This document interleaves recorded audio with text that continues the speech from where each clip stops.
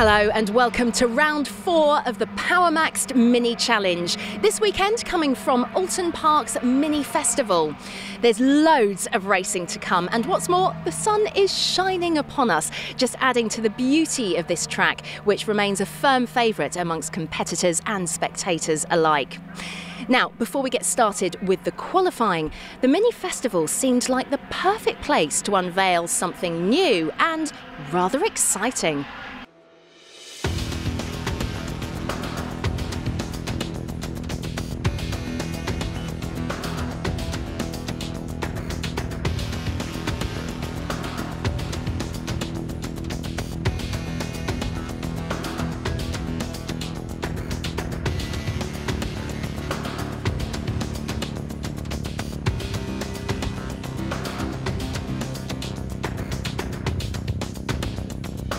This is the third generation of the new Mini, and frankly it's the best iteration so far. It's got a 2-litre engine, improved body shell, lighter, stronger, better looks, everything really going for it. Put a lot of effort into making the car fit in with the Mini brand, and really everything about the car is designed to be as good as it can be at a sensible budget. You know, we don't want to build something that's very expensive because that makes it inaccessible to people. Absolutely. Well, let's talk through the car a little bit more specifically. You've mentioned the key differences. I have to point first of all down here, the front of the grille. This looks rather spectacular. Absolutely, bespoke front end, one-piece bumper for quick changes if needs be. The grilles themselves are designed to protect the what's behind more than the old cars did. So yeah, it's a big improvement just in terms of the aesthetics. A good splitter on the front to improve the downforce and improve front end grip. That was actually a key thing because some photos went online, obviously, of this little taster ones, and a lot of people were commenting on that, saying, "Oh, can I get one for my Mini?" Not sure how practical that would be. No, I think it might be running a little bit low, and actually is completely designed for the race car, so it won't be available on the road. But nevertheless, it does look good. So, back to the engine then. Tell us a bit more about this engine, because that's one of the key improvements. Well, absolutely. On the Gen 2 car, it was a 1.6 turbo, not absolutely BMW technology. This is a brand new, completely BMW engine, 2-litre turbo, delivering 275 horsepower. So it really is a very powerful engine. Can we have a look? Well, absolutely. Go on then. Frankly, it fills the engine bay completely. Wow. And really, it is an incredible bit of technology, this, and working on it has been a pleasure. We could get so much more power if we wanted to, but 275 is a sensible number. It's a step up from the current car, but without being too much of a step. There's still some changes to happen with the car, particularly in relation to some of the induction system, but the intercooler and radiator from Forge, full motorsport specification. There's no road equipment going into that at all. Absolutely lovely. Now, the gearbox, that's another thing that's very different, isn't it? It is. I mean, it's a sequential gearbox. Comes from a British company, Quaife Engineering. They are really a specialist in that field. It's a beautiful piece of engineering. Actually, at the moment, we can't even show it to you. It's that top secret. But it is sitting there in the car, but fortunately, it's still very much under wraps. Okay. And anything else aesthetically that you can tell us about her? Well, the styling is really designed to replicate the touring car, and it is very much a mini touring car, and the performance of it we're expecting to be nudging in that direction too. And to help with that, we've got a motorsport ECU to maximise reliability, minimise the amount of electrical glitches that we might get. So it's an incredible piece of equipment. Well, it's obviously her first unveiling here at the Mini Festival in Oulton Park. We're not going to see her in 2014 though, are we? Certainly not racing in 2014, but it'll definitely be running. We've already had it running on an airfield, and we'll be looking to get it on circuit within the next 3 to 4 weeks probably. And then once we're happy that everything's ironed out, we'll be inviting all of the current challenge drivers to try out the car. Fantastic. So 2015, we will be welcoming her into the championship. 100%. The cars are already bought, ready and waiting to be built, and we'll be doing that over the next few months. Exciting news indeed, and what a fabulous car. However, let's turn our attention back to the 2014 championship, and more specifically what's happening right here at Oulton Park, where it is time for qualifying.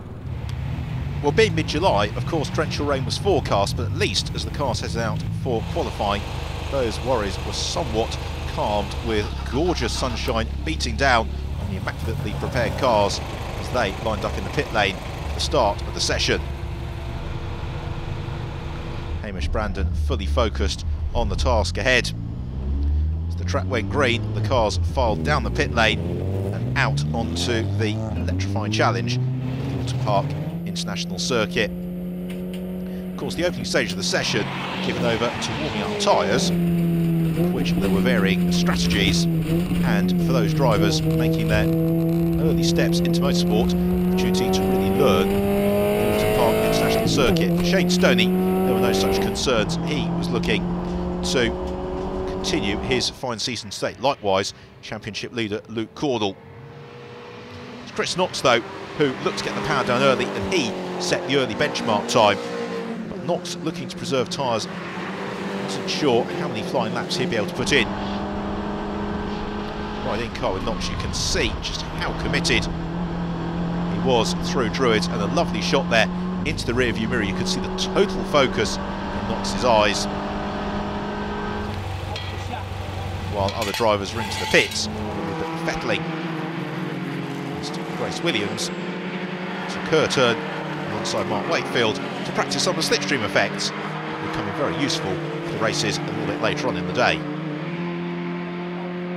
So it was Knox who set the early benchmark time, and then it was up to the others to try and chase it down. Jo Polly Goldin, at least in her efforts, had the advantage of splendid isolation, no traffic surrounding her, perfect conditions with which to set a good lap time. Luke Cordell pushing hard, but he could never get higher up than 5th on the timing sheets and eventually line up on the inside of row 3 for the first of the races. And as ever in the Power Max Mini Challenge, it was an incredibly tightly bunched session, both in the JCW cars and the Cooper class, where the big news was that Shane Stoney was not topping the times. So Chris Knox, his quick lap done, headed into the pits to wait out the session, which had potentially done enough to snatch pole. In the Cooper class, it was William Phillips who was at the top of the times, to the surprise of many, as Knox agonisingly watched the clock ticking down to 0.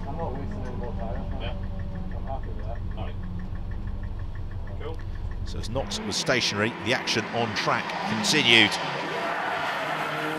Cordell was pounding in the flying laps, it just wasn't quite enough. Luke, a driver who always flies in the races, nonetheless will be pleased to be lining up at the sharp end of the field.